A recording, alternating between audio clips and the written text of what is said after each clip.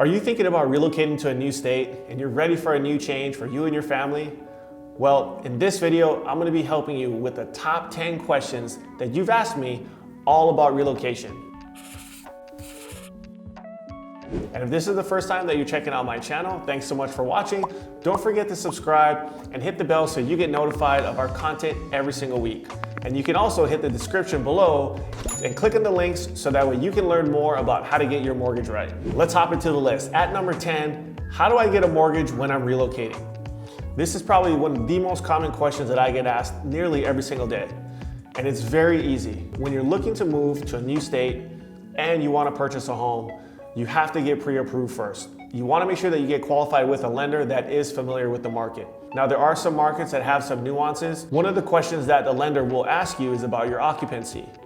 Now, if you have a job where either you're going to be working remotely or you have an offer letter in hand from a company to the state that you're going to be transferring to, a lender can qualify you for what's called a primary purchase or a primary residence. This is where you're going to be living in the home. Now, on the other hand is you want to purchase a home prior to your move.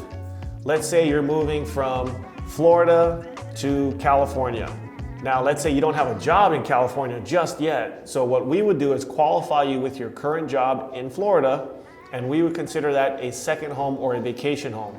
The minimum down payment for that is 10% down. So the biggest difference between the two types of purchases is going to be your down payment.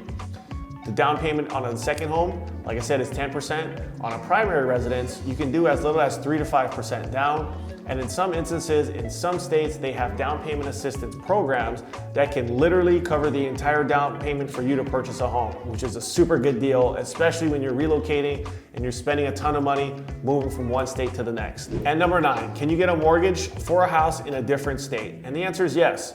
As long as you can qualify, absolutely, you can purchase a home in another state. You can either purchase it as an investment, or you can purchase it, like I just covered in point number 10, as a second home or vacation home. We've had a lot of clients that don't have jobs lined up just yet, so they want to make sure that they can have a home waiting for them when they make their move. And again, the easiest way to do that is with a 10% down payment, and there are ways to eliminate the mortgage insurance. I know a lot of you, when you purchase a home, the myth out there is you have to put 20% down so you don't have the mortgage insurance. We've done a few videos about this, and we can do it with 10% down, and I can show you how to structure that loan so that way you can save a little more money and help you with your move to your new home. Number 8, what do you consider a primary residence? Your primary residence is simply where you spend the bulk of the year. For most people, it's where you're gonna pay your taxes, it's where you're gonna register your vehicles, and even where you register to vote. So that's typically what's considered your primary residence. Number 7, can I buy a home and not live in it? The answer is yes, you can certainly do that. Like I mentioned, you can purchase a vacation home. What a lot of people do when it comes to vacation homes is what we call all the snowbirds. So it's people that live in colder climates that then purchase vacation homes so that way in the winters, they can travel to warmer places like Phoenix, Arizona, San Diego, California, Las Vegas, Texas, Florida, all the southern states. You get a lot of people that own homes in Minnesota, New York, and all the places where it gets a little cold during the winter that they want to have a vacation home that they can go and have some fun in the wintertime. Number 6, how can I get rid of my mortgage and purchase another home?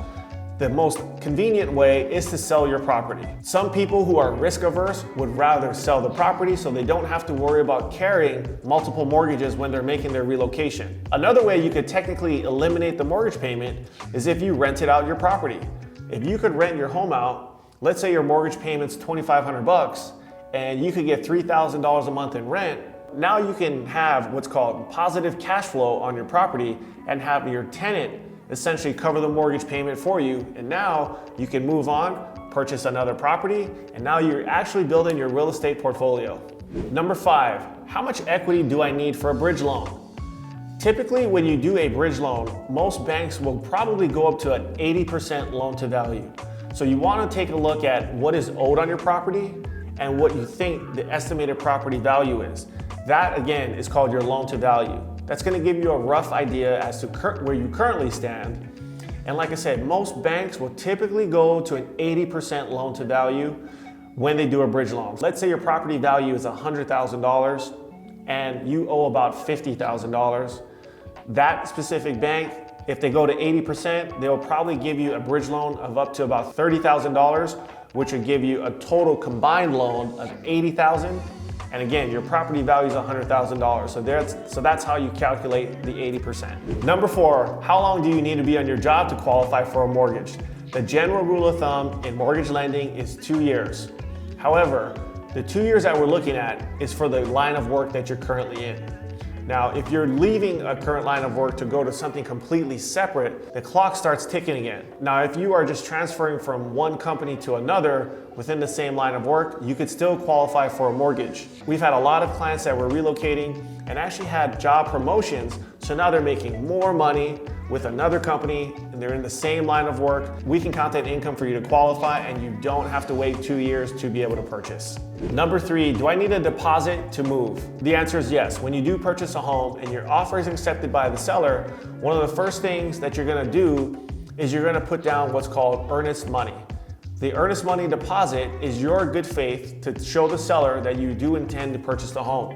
That money can range anywhere from a couple $1,000s to tens of thousands of dollars, just depending on the price range of your home. This is where it's really important that you have that conversation with your real estate agent up front, because when they draft your purchase contract, they will notate to the seller how much money you are gonna put down for your earnest money if the seller accepts your offer. So if you want to protect yourself, you always want to put as little money down as possible, but depending on what the seller may request, that's where a good agent can come into play and negotiate that for you. Number 2, do I need a job in a new city? The answer is no, not really.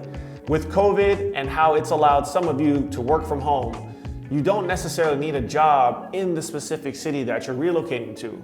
We've had a lot of clients that we've talked to that actually work remotely, and their companies will continue to allow them to work remotely, so we can consider that a primary residence.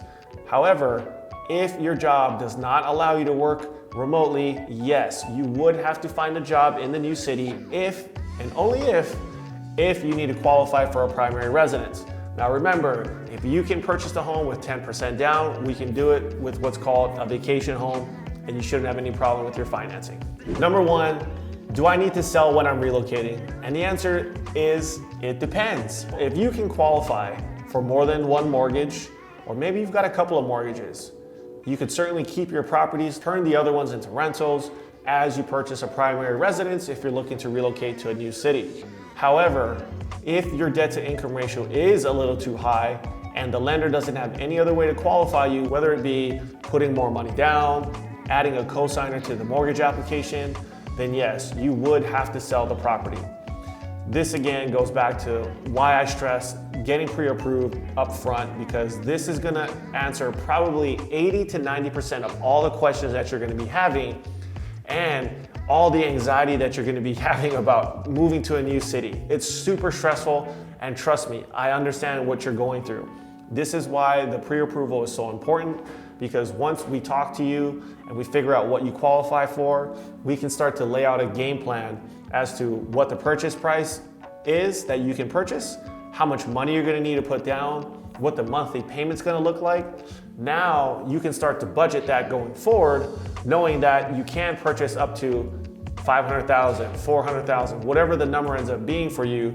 So now you know exactly what you're getting into, and then you can focus on the house search and then the relocation itself.